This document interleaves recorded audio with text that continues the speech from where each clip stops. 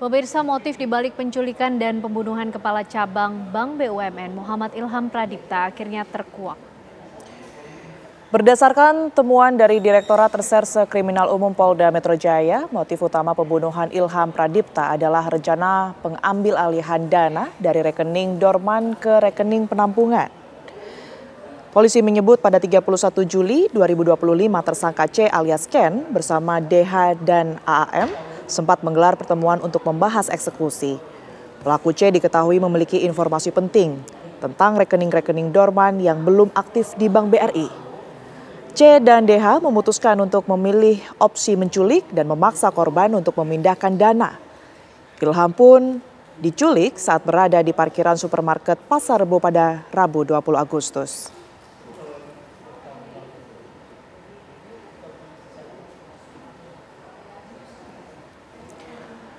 Kami akan langsung ajak Anda, pemirsa, untuk mendalami kasus ini bersama dengan Kasubdit Penmas Polda Metro Jaya AKBP Reonald Simanjuntak. Selamat malam, Pak Reonald. Selamat malam, Mbak. Baik, Pak Reonald, mungkin bisa diceritakan kepada kami apa yang kemudian ini menjadi kunci pengungkapan dari motif kasus meninggalnya Kacap Bank BRI ini, Pak Reonald?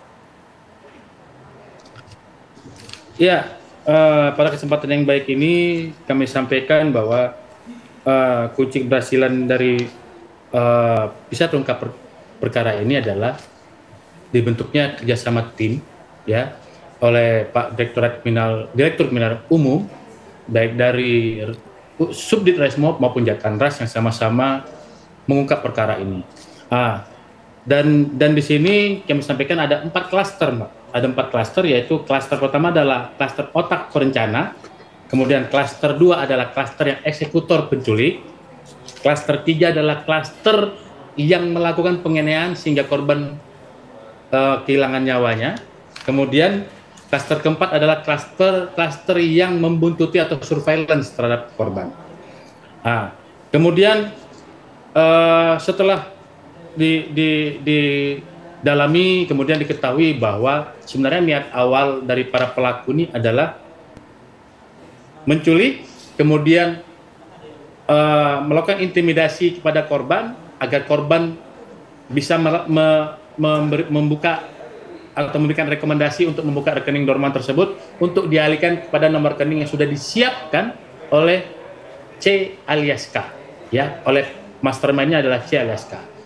Tapi korban tidak mau bekerja sama, terus kemudian ada beberapa yang tidak terencana dengan baik, sehingga akhirnya korban dalam kondisi yang lemas tapi masih bernyawa ditinggalkan di TKP terakhir, ditemukan korban sudah tidak bernyawa lagi, ditemukan korban tersebut, Mbak. Demikian, Mbak. Baik. Pak Reonald, artinya yang selama ini kemudian menjadi pertanyaan siapa aktor intelektual atau dalang di balik ini semua juga sudah termasuk dalam para tersangka yang ditangkap oleh pihak kepolisian? Hingga saat ini untuk aktor mastermind sementara ini kan ada 4, yaitu C alias K, kemudian DH, kemudian saudara AAM dan saudara YJP, ya. Tapi tidak menutup kemungkinan nanti ada masih dikembangkan, ya, masih dikembangkan karena penyidik masih mendalami tentang rekening dorman tersebut, kemudian sumbernya dari mana. Ini masih didalami oleh pihak kepolisian. Jadi mohon doanya, mohon dukungannya sehingga dan kami sampaikan pada kesempatan ini tadi juga sudah disampaikan oleh Bapak Direktorat Kriminal Umum pada saat rilis.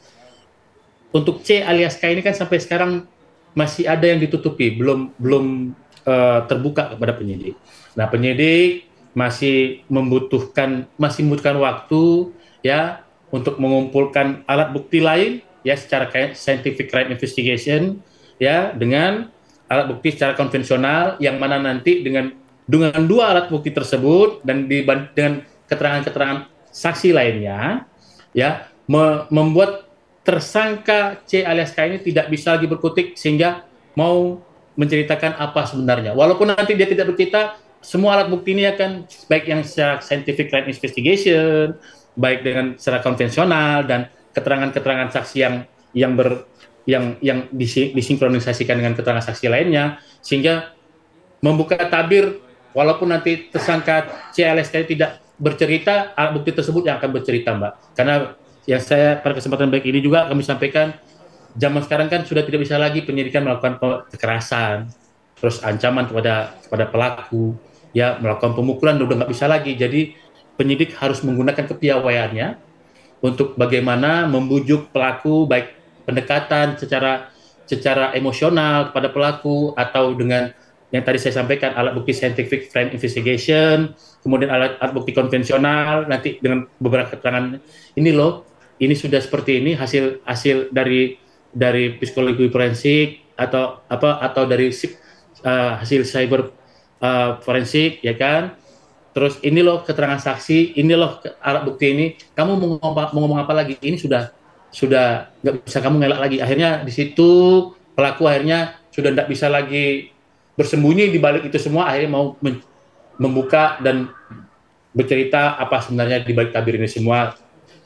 Dana apa yang ada di rekening Dorman tersebut, apa tujuannya dipindahkan ke salah satu rekening yang sudah disiapkan oleh pelaku.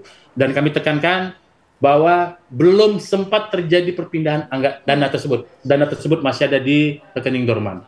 Jadi karena belum disetujui oleh korban, ya, sehingga tidak bisa melancarkan aksinya para pelaku ini untuk memindahkan sejumlah uang dari rekening Dorman ke rekening yang sudah disiapkan oleh CLS. Baik Pak Ronald, terima kasih atas informasi yang Anda berikan. Tentu kita harapkan agar kasus ini dapat terbuka secara gamblang begitu ya. Terima kasih sekali lagi, sehat selalu. Ya Mbak.